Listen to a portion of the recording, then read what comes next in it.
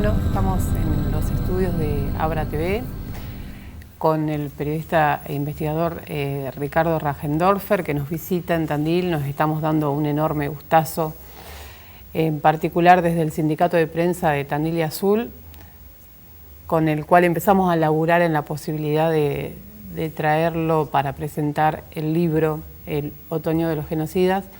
Trabajamos con los chicos del área de Derechos Humanos de la UNICEN y bueno, se dio la posibilidad de tenerlo en el estudio, hablar un poco de su obra y de su trayectoria. Así que bueno, bienvenido Ricardo y espero que este tiempito que estés visitándonos la pases de 10 porque para nosotros es un honor, así que espero que también sea un buen momento el que pases por estos lados.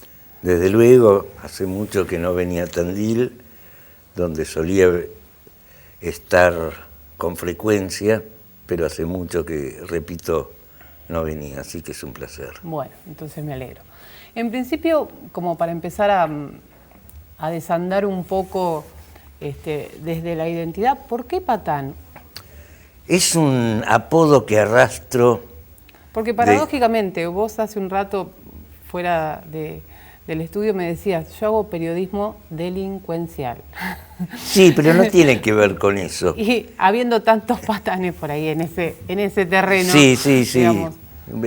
Digamos, tal vez es un apodo que trajo aparejado alguna premonición sobre mi futuro. Es muy anterior. Pero ese apodo lo arrastro desde la época del secundario y en rigor me lo había puesto un compañero del tercer año, que se llamaba Jorge Cherniakowski, quien por cierto no tenía ningún apodo, y aludía a mi forma de reírme, porque era parecido a la forma de reírse que tenía un dibujito animado, no sé si te acordás de Los Autos Locos. Bueno, había un perro que era el fiel acompañante de otro personaje, Pierre Noboyuna, que era el maldito de ese dibujito, y bueno, y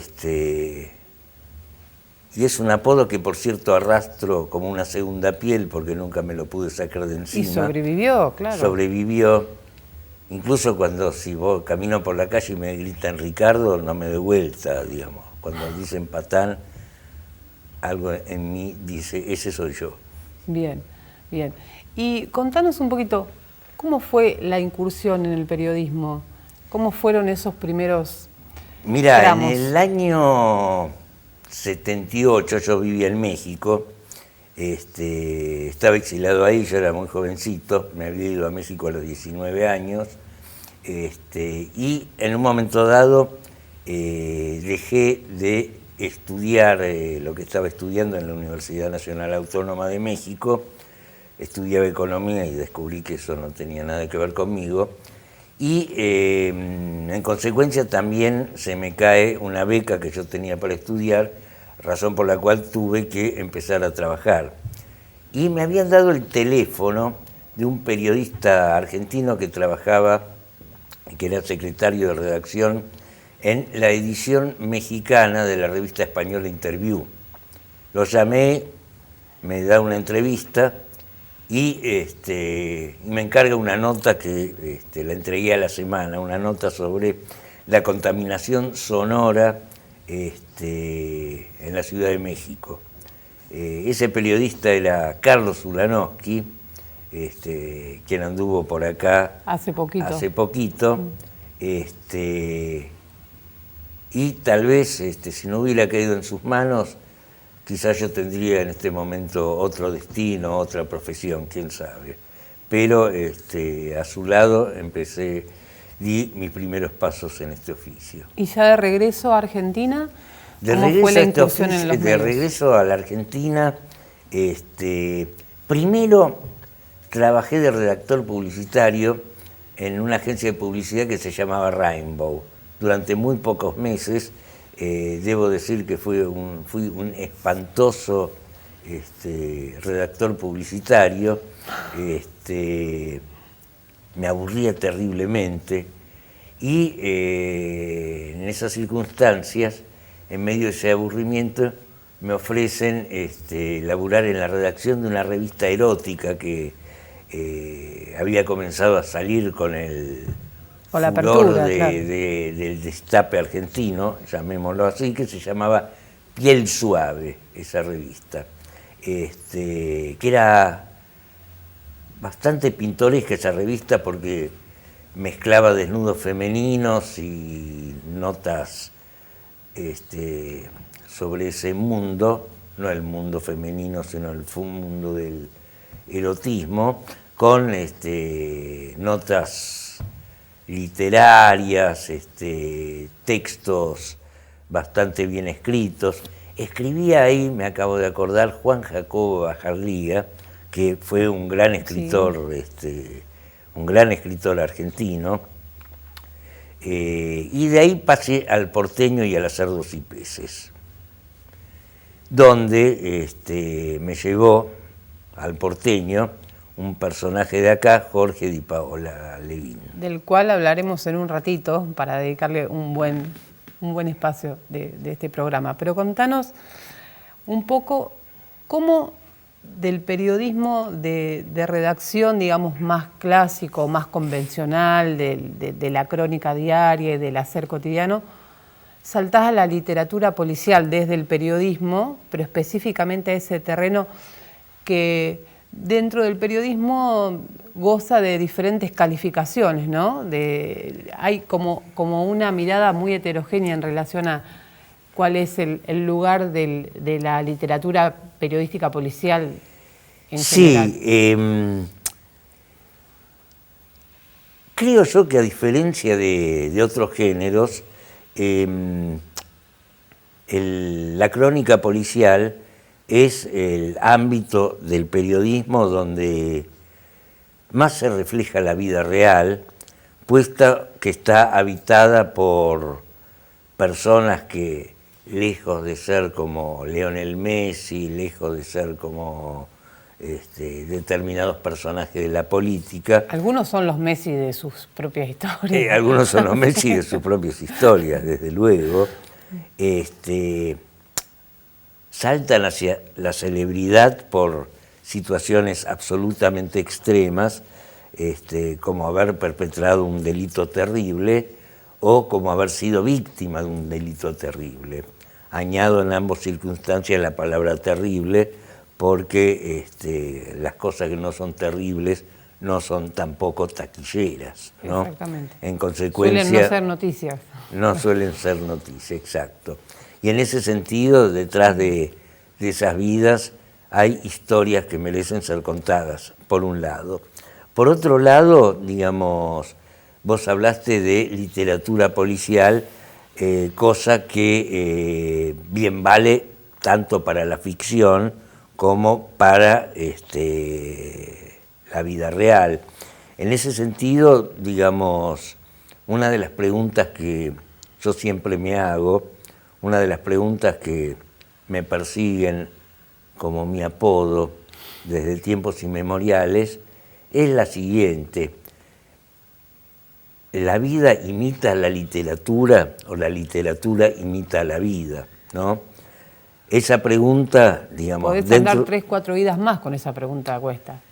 Es una pregunta sí. incontestable, pero lo que sí sé es lo siguiente: el truco de escribir una ficción consiste en hacerle creer al lector de que está leyendo algo que realmente sucedió. Y el truco de escribir una no ficción, o sea, el truco de hacer periodismo, consiste en hacerle creer al lector que en realidad está leyendo una novela. Sí, bueno, eso requiere de algunas habilidades que felizmente se encuentran en tu obra, digo, que no es privativo del periodismo per se, digo, pero felizmente en tu obra uno se encuentra con un relato digno de leerlo como cualquier otro tipo de literatura, ¿no? Y por lo general estamos hablando, digamos, de hechos registrados, documentados, investigados durante mucho tiempo, y a uno le parece que está leyendo García Márquez, que también fue uno de los grandes periodistas, digo, de su época, y le gustaba, digamos, conciliar estos dos géneros, ¿no? Pero bueno, en relación a ese tipo de registro, hablar un poco de cómo es ese caminar, digamos, desde lo periodístico hacia esas fuentes tan particulares, en busca de ese dato que va a tironear hacia la historia que querés contar. Mira, por empezar, debo decir que una historia, para que sea digna de ser contada, me tiene que impresionar primero a mí, ¿no? A esa impresión inicial se le agrega una especie de temor que jamás me pude sacar de encima, que es, al estar frente a una buena historia, situar la exposición de esa historia, o sea, situar una exposición de esa historia que esté a la altura de las circunstancias. Es decir, que mi relato de esa historia no malogre el impacto de esa historia, ¿no? Y tercero, yo pienso que, digamos, la nota, el artículo, lo que uno cuenta, no es sino el informe de una aventura, cosa que en estos tiempos el carácter maravilloso que tiene el acto de explorar una historia está mancillado un poco por la tecnología, ¿no? Uno nota en los últimos tiempos cuando determinadas crónicas en realidad son transitadas a través de la pantalla de una computadora, ¿no? Pero de algún modo yo no le he perdido el gusto de transitar las calles, frecuentar determinados personajes en horas extrañas y en lugares ominosos, ¿no? Y esto a lo que vos te referías en relación a las nuevas tecnologías de los periodistas, tenemos como esa lucha interna permanente del propio editado, ¿no? De donde uno recorta el universo de todo lo que recogió para construir la noticia, ¿no? Lo que uno puede ver, digamos, en esta cosa de transmisión en vivo o periodismo online permanente de la primicia por la primicia en sí, es que se muestra todo, y ese paso que creo que tiene que ver con un mirarse cara a cara todo el tiempo con los propios principios por los cuales uno escribe y hace periodismo, parece un poco opacado, ¿no? Sí, de algún modo sí, pero eso en otra medida, en un momento donde la tecnología no era tan, por decirlo de alguna manera, invasiva, pero donde había que, y ahora me voy a aclarar a lo que me refiero, donde que había que escribir sobre algo que ya había visto todo el mundo en vivo y en directo, uno se hace la siguiente pregunta.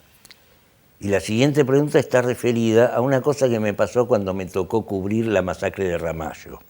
No sé si ustedes se acuerdan,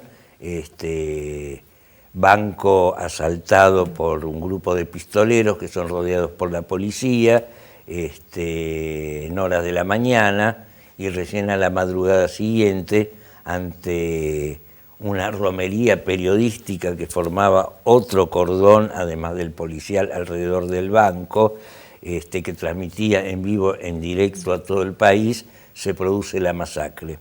Una masacre que es vista, repito, en vivo y en directo por todo el mundo. Yo estaba ahí por cuenta de un medio gráfico. Entonces me pregunto, ¿cómo hago para hacer una nota interesante sobre algo que se vio en vivo y en directo y por millones de personas? Y me di cuenta que el asunto consistía en dónde poner mi propia cámara, en dónde poner mi propia mirada, ¿no? Y me entero en ese momento que las hijas del tesorero acribillado en esa ocasión fueron refugiadas por los muchachos de la FM de Ramallo, que la meten en el estudio. Las dos pibas que salían del colegio y le dicen tus papás están de rehén en el banco, son llevadas a esa radio, no con fines periodísticos, sino para contenerlas, para cuidarlas, ¿no? Entonces yo, desde ese lugar, ellas ven por los monitores que había, por los televisores que había dentro del estudio, ellos ven, digamos, todo el desarrollo de los acontecimientos y ven cómo matan a su papá. Y yo decido contar esa historia desde el punto de vista de ellos, ¿no? En ese sentido, para redondear la pregunta que vos me hiciste,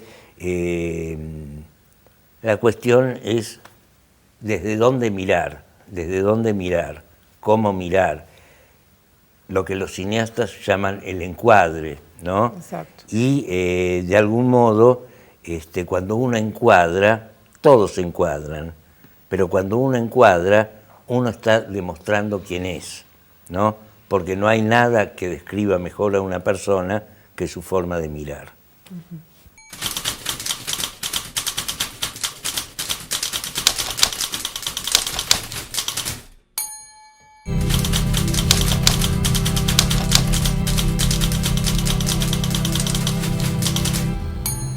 Bueno, hablemos de El otoño de los genocidas, que es el libro que vas a presentar esta tarde en el Aula Magna. Sé que es una antología de crónicas periodísticas, ¿no? ¿Por qué sentiste la necesidad de hacer un libro justo sobre esas antologías? Mira, son antologías, es una antología periodística sobre artículos que escribí sobre represores. Esos artículos, desde luego, fueron escritos sin la idea de hacer una antología que sea publicada en un solo volumen. En consecuencia, se podría decir que ese es un libro que comenzó a ser escrito inadvertidamente. Con la primera de las notas. Con la primera de las notas. Y notas escritas entre el 2008 y el 2017, aproximadamente. Y de algún modo, más que el proyecto de escribir un libro, era, digamos, la idea de explorar un interrogante que particularmente latía en mi conciencia, y también es un interrogante que late, creo yo, sobre toda la sociedad argentina, en el sentido de quiénes son los represores, cómo son los represores, porque de ellos se sabe muy poco, o sea, se sabe la escueta información que exudan los juicios por delitos de lesa humanidad, donde se pormenoriza, como debe ser en un proceso judicial, desde luego, los crímenes que cometieron, se saben sus nombres, se saben dónde prestaron servicios, pero, digamos, nada más se sabe de esas personas que en el momento más trágico de la historia argentina fueron dueños de vidas y haciendas, ¿no? En ese sentido, la segunda pregunta que nos debemos hacer al respecto es, ¿son seres monstruosos o personas normales? Yo pienso que calificarlos como seres monstruosos les dibuja un poco el verdadero cariz, el verdadero sentido que tienen estas personas que tuvieron cargos ejecutivos y cargos gerenciales en sistemas cifrados en el exterminio. En ese sentido, yo diría que son personas normales. Eso es normales entre comillas. Se trata de personas normales y eso es lo que los convierten en seres monstruosos, ¿no?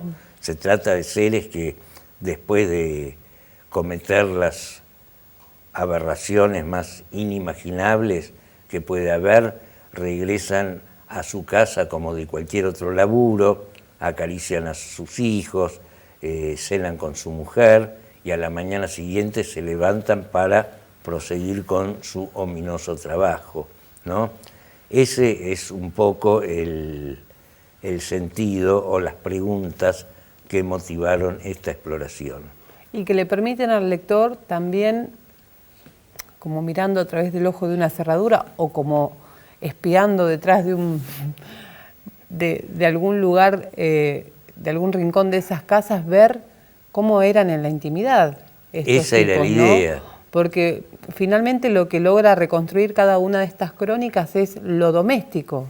Es lo doméstico, y en ese sentido a mí me preguntan muchas veces si no me impresiona estar sentado frente a ellos durante alguna entrevista periodística, y lo cierto es que no, lo cual, digamos, es raro porque me debería dar cierta impresión, pero esa impresión o esa falta de impresión es reemplazada por una especie de adrenalina, por efectuar una especie de autopsia de esas almas, ¿no?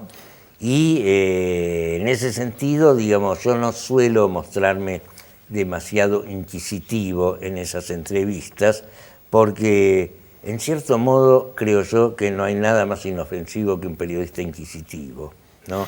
En ciertas circunstancias. Y, digamos, tampoco,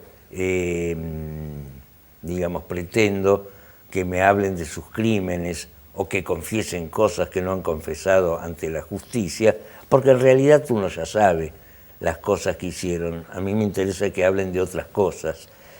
Y aunque hablen del clima, estos sujetos demuestran quiénes son. Lo que pienso yo, no hay que hacer demasiado con ellos, es discutir. Yo he visto que otros periodistas que han entrevistado a genocidas terminan entablando una discusión ética con ellos. Digamos. Imposible. El tipo dice, estuvimos en una guerra contra la subversión, que esto, que el otro, si no, esto sería Cuba. Entonces el otro entra a refutarle, convirtiéndose en una escalada, en un debate lleno de lugares comunes, cuando, digamos, lo que pasa es que discutir con esos tipos es como discutir sobre astronomía con alguien que cree que la luna es un pedazo de queso gruyère, no tiene sentido. Y a partir de ese clima surgen, digamos, determinadas cosas que tal vez estas personas no las dirían si fuesen apretados. O sea, con ellos no hay que utilizar los métodos que ellos utilizaban en sus interrogatorios. Los conocen sobradamente.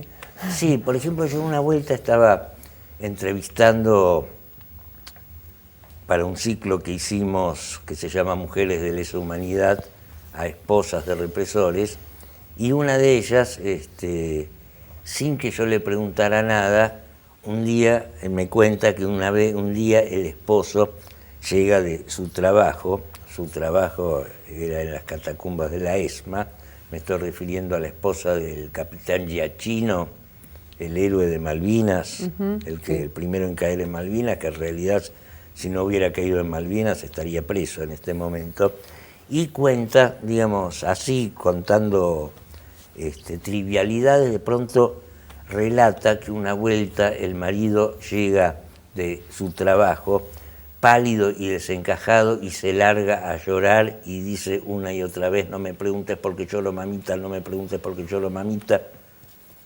Resulta evidente que, digamos, el tipo acababa de cometer algún acto que perforaba su falta de escrúpulos, ¿no? Digamos, eso, digamos... No me puedo imaginar la dimensión del acto. Exactamente. Porque esta gente escrúpulos. Exactamente, pero, digamos, era impresionante, digamos, el efecto que ese misterio que acabamos de señalar había logrado en ese sujeto. No se lo contó nunca. no se lo contó nunca. O al menos no te lo contó a vos. No, dijo, el tipo dijo, no me preguntes por qué lloro, mamita, y dio por finalizada la dio por conversación. finalizado la discusión. Hablemos ahora del libro más reciente, que sé que estás acompañándolo por distintos escenarios, que es Patricia, de la lucha armada a la seguridad, que es una biografía no autorizada de la ministra Patricia Bullrich. ¿Por qué? ¿Por qué ese libro? Mirá, debo confesar que no fue una iniciativa mía, sino fue una propuesta editorial, que al principio no me entusiasmó demasiado porque me parecía farragoso tenerle que dedicar algunos meses de mi vida a esa mujer, ¿no? Claro, porque esto que vos señalabas hace un rato, de que tiene que haber primero como una empatía previa con lo que vas a relatar, con el personaje que vas a abordar, desde la motivación que sea, digo, no te pasó con Bullrich. Sí y no, a los 10 minutos me di cuenta que, digamos, era una aventura periodística que merecía ser vivida. Me pareció una aventura periodística que merecía ser vivida por dos razones. Primero, porque más allá de la opacidad del personaje, que en realidad es una segunda línea de la política, su extensa y zigzagueante trayectoria me permitía, por un lado, escribir sobre 45 o 50 años de historia argentina. Y por otro lado, también me permitía hacer lo que la industria editorial llama un libro urgente, ya que me permitía escribir sobre hechos que sucedían mientras yo los estaba escribiendo, ¿no? Es decir, abordar el aspecto más extremo, y yo diría hasta más criminal del régimen macrista, que es su aparato, su política de seguridad. Bien, bien. ¿Y cómo fue esa reconstrucción en tiempo directo, digamos, en tiempo real, como vos decís? Los hechos están sucediendo mientras vos estás escribiendo y hasta podés llegar a predecir algunas cuestiones que finalmente pasaron, ¿no? En efecto, en efecto. O sea, por un lado, vayamos por partes. La parte histórica me permitió, o sea, cuando uno encara un laburo de este tipo, algunos periodistas tienen determinadas hipótesis y se esfuerzan por satisfacerlas, claro, por demostrarlas. No es mi caso, digamos, yo no tengo hipótesis, yo tengo preguntas. Y, digamos, armo un esquema y sobre ese esquema entro a hacer un laburo de investigación y de escritura que siempre me lleva hacia otras cosas. Y a veces hasta tengo el agrado de que me lleva hacia grandes sorpresas. Por ejemplo, una de las grandes sorpresas que tuve es descubrir que en el secuestro de los Born, en el secuestro de Juan y Jorge Born, que fue uno de los grandes secuestros perpetrados por la organización Montoneros, que por cierto marcó un récord en materia de rescate, 60 palos verdes. Ella participa incidentalmente haciendo alguna tareita de inteligencia previa. Esa operación estuvo a cargo de la columna norte de Montoneros, cuyo jefe era su cuñado Rodolfo Galimberti, quien tiene el mando táctico del secuestro, ¿no? Bueno, en ese secuestro, durante la celada, mueren dos personas. El chofer de los Born, que trata de manotear la guantera del automóvil para sacar un arma, y es barrido por una ráfaga de ametralladora, presumiblemente disparado por Galimberti, y una persona que iba al lado, que no se sabía quién era hasta la noche. A la noche sale que es el gerente era el gerente de Molinos Río de la Plata, una de las empresas del holding de Bunge y Born, y su nombre era Alberto Bosch. Eso se supo la noche misma del secuestro. Pero durante 45 años se mantuvo en absoluto secreto una cosa que descubrí yo en el libro. Alberto Bosch era nada menos que el tío de Patricia. Vueltas de la vida. ¿Y ella involucrada? Y ella involucrada incidentalmente. Incidentalmente sí. en la inteligencia previa. Sí. Bien. Y uno va descubriendo ese tipo de cosas por un lado, ¿no? Además de otras sorpresas, no me voy a poner ahora a relatar el libro ni a espolearlo, pero con respecto a los hechos actuales, con respecto a los hechos que tienen que ver con su gestión, una de las razones por las cuales acepté también la escritura de este libro es porque, digamos, el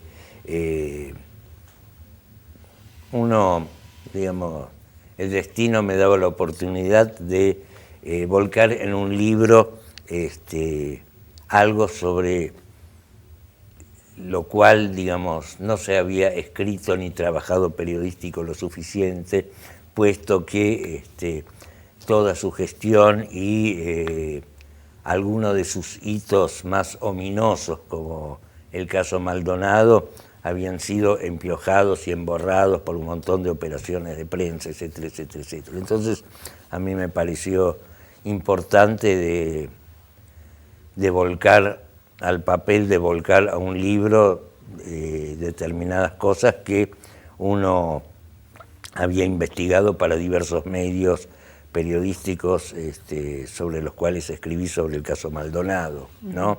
En ese sentido, yo diría que esa última parte la tenía hecha, lo único que me faltaba era actualizarla y ordenarla, ¿no? No obstante, mientras iba escribiendo, esta mujer iba generando nuevos hechos. Más material. Más material, entonces, digamos, me pasó una cosa parecida cuando escribí La Bonaerense. ¿Dónde parar? ¿Dónde parar si todos los días, digamos, sí, sí, el destino me agregaba... Hay más razones para seguir escribiendo sobre esa gente. Exactamente, ¿no? En consecuencia, digamos, yo diría que este libro inevitablemente es un libro de final abierto.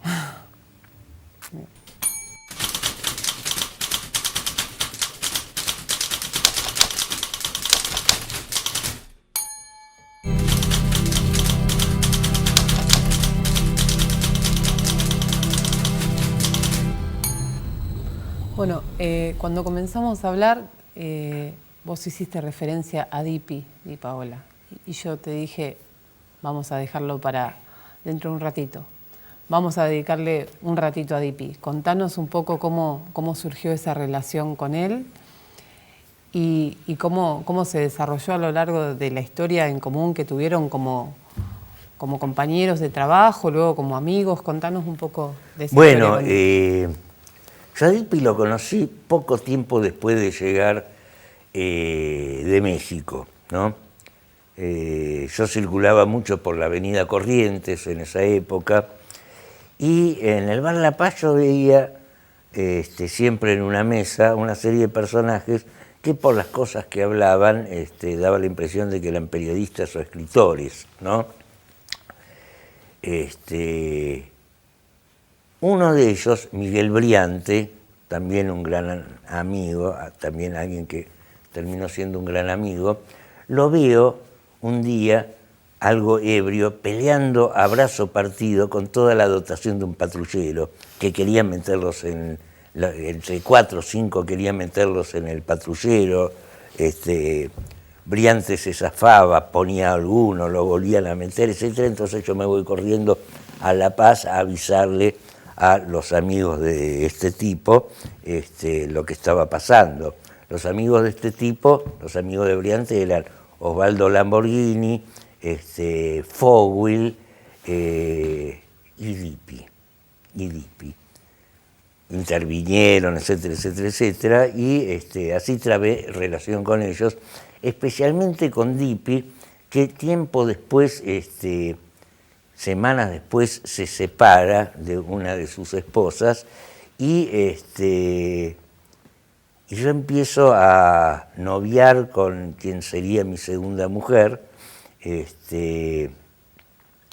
terminamos viviendo todo un verano en la casa de Dipi, soleándonos en una pileta pero pincho que estaba en la terraza, ¿no?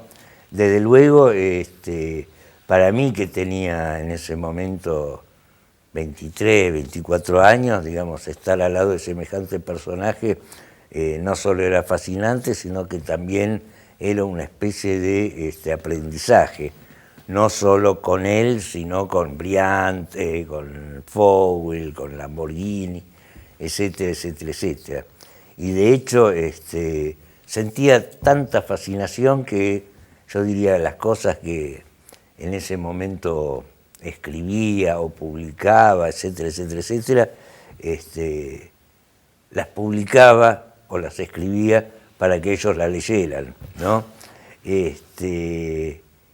Y desde luego es una época iniciática mía muy importante, y en el caso de mi relación con Dipi, se fue fortaleciendo con el paso de los años, razón por la cual, digamos, él me llama para trabajar en la revista El Porteño, que fue, digamos, una de las etapas que recuerdo con mayor cariño de mi carrera periodística. Fue también una etapa formativa bastante importante, pero digamos, mi amistad con Dipi digamos, se extendió y perduró hasta el fallecimiento de Dipi en la década pasada, y entre otras cosas motivó un montón de viajes míos a esta ciudad. Yo conocí a Tandil y me convertí en un visitante frecuente, como dirían las agencias de turismo, gracias a Dipi. Y cuando falleció Dipi, no solamente, digamos, había perdido a un amigo, sino que mis visitas a Tandil en ese sentido también habían perdido sentido, y recién ahora con el otoño de los genocidas tal vez han vuelto a cobrar ese sentido. Bueno, qué buena oportunidad entonces para volver a un lugar que te trae desde un personaje que para nosotros, digo personaje en el mejor de los sentidos, ¿no? Por lo complejo que era Dipi como persona, como vecino, como amigo. Qué bueno que te vuelvan a traer a la ciudad de Dipi, y también a muchos de sus lugares y de sus historias inconclusas aún, porque sé que te están buscando para hablarte sobre él, para seguir hablando sobre él. Sí, y además me vienen a la memoria muchas cosas. Por ejemplo, debo confesar, todos sabemos que acá también vivió Gombrowicz, el gran escritor polaco que se quedó acá de casualidad, habiendo llegado de visita justo cuando se declaraba la Segunda Guerra Mundial. Y diciendo que era un conde, un duque, ¿no? Diciendo que era un conde. Entrando a un pueblo muy pacato, con una enorme mentira que creo que duró muy poco. Sí, a poco de andar ya todo el mundo sabía. Y bueno, digamos, Gombrowicz anduvo por acá, por Tandil, y Dipi, jovencito, fue uno de sus adláteres, y Dipi siempre me hablaba de Gombrowicz, siempre me hablaba de Gombrowicz, y cuando hablaba de Gombrowicz, lo imitaba su hablar, ¿no? Digamos, cuando repetía algún dicho de Gombrowicz, imitaba su acento. Y vos sabés que siempre que leo a Gombrowicz, siempre cuando leo a Gombrowicz, me aparece en la cabeza el texto que yo leo, tiene la voz de Dipi imitando a Gombrowicz. Tiene el audio de Dipi. Tiene el audio de Dipi, y eso jamás, digamos, lo pude evitar. Bien, bien. Hablando de audios y de otros registros, te quería hacer una pregunta por ahí breve en relación a cómo es tu relación con otro tipo de registro que no sea el periodístico, por ejemplo el cine, pero cuando se han llevado tus textos a cine y vos has participado en la construcción del guión, ¿qué tanto hay para negociar ahí en un registro, digamos, que como periodistas nos queda un poco lejos desde el hacer, digamos? Mira, por empezar, yo pienso que la estructura de mis crónicas es bastante cinematográfica. Sí. Por lo tanto, los guionistas no se deben tomar demasiado trabajo en la adaptación. Han adaptado, sin mi presencia, únicamente una crónica que yo escribí sobre una fuga de Devoto que se llama El túnel de los huesos. La crónica se publicó en Página 30, que era la revista de Página 12, y la adaptación cinematográfica y la película la hacen, y el largometraje la hace Nacho Garacino, que fue un compañero mío. Ambos trabajamos juntos en el programa del recordado Fabián Polosecchi, El Otro Lado. Es más, digamos, cuando yo escribí esa crónica, a él le gustó mucho y él me la pidió para adaptarla al cine. Y yo en ese momento le dije, mira, lo estoy negociando con una productora europea, creo que la holandesa, algo así, que al final no se concretó. Y cuando no se concreta, le digo, toma, digamos, es tuyo. Recién logra filmarlo 10 años después, o más. Se estrena en el 2012. Y la verdad me impresionaba ver en imágenes lo que yo había volcado en palabras. Me causó una... A través de la mirada del guionista y del director. Exactamente, ¿no? Exactamente. O sea, me causó una grata sorpresa. Podría haber llegado a ser una cosa abominable también, ¿no? Pero tampoco me hubiera amargado mucho. Hay escritores que se deprimen mucho cuando algún cineasta le destruye... Les arruina la obra. Sí, basta hacer un comunicado diciendo... Eso es una porquería que no tiene nada que ver conmigo y listo, ¿no? ¿Y qué te pasó con el bonaerense? En el bonaerense, bueno, digamos, me gustó hacerlo porque no fue está inspirado en mi libro, no fue una transcripción, sino una historia que fuimos construyendo con Pablo Trapero, que tiene que ver con un personaje ficticio que está dentro de la bonaerense. Me gustó mucho hacer ese laburo. Fue hacer otro trabajo del trabajo inicial, digamos. Una reconstrucción absolutamente diferente, ficcional. Pero vuelvo al túnel de los huesos, hago un papelito ahí, hago un cameo donde hago de preso, que le dice a Raúl Taibo, que es el capo de la fuga, interpreta al capo de la fuga, que está llamando la atención, que baje un poco el perfil. Y me permito hacerle ahí un homenaje a Chandler, porque agarro y le digo que está pasando tan desapercibido como una tarántula en un plato de leche, cuando en realidad así empieza el largo adiós de Chandler. Cuando Marlowe le dice a otro personaje exactamente eso. Pero mi relación con el cine, digamos, trabajo bastante en guiones hace un año estrenamos en Mar del Plata con Campuzano, una cosa rarísima, unos textos, una adaptación de una historia que aparece en mi segundo libro sobre la bonaerense, La secta del gatillo, pero en 360, en realidad virtual, claro, ¿no? Que es una cosa rarísima. Creo que es el primer largometraje que fue filmado en ese formato, ¿no? Digo el primero porque desde entonces se hicieron 10 o 12 y creo que, películas. Que tuvo algunos premios, ¿no? Sí, tuvo exactamente. Desde el inicio. Sí, es una cosa rarísima, donde también me permití actuar de fiscal, digamos, jamás pensé ser actor y, digamos, no es uno de mis hobbies favoritos, diré, pero... un permiso, un recreo. Es un permiso, es donde hago de fiscal, que creo que es un papel para el cual me preparé toda la vida. Pero es impresionante el 360, porque, digamos, cuando uno ve el cine en una pantalla, uno es un espectador. Cuando uno, digamos, lo ve con el casco... Es un actor, está dentro de la historia.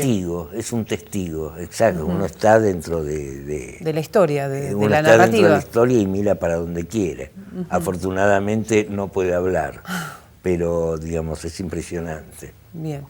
Bueno, Ricardo, la verdad, te agradezco muchísimo este ratito. Nos alegra enormemente tenerte entre nosotros. Ojalá estas visitas se repitan por Tandil para seguir hablando de Dipi, de tus libros, y que siempre sea una buena excusa. Seguramente. Alguna obra tuya, alguna historia para contar, el que regreses a la ciudad. Así que, bueno, muchísimas gracias. No, gracias a ustedes.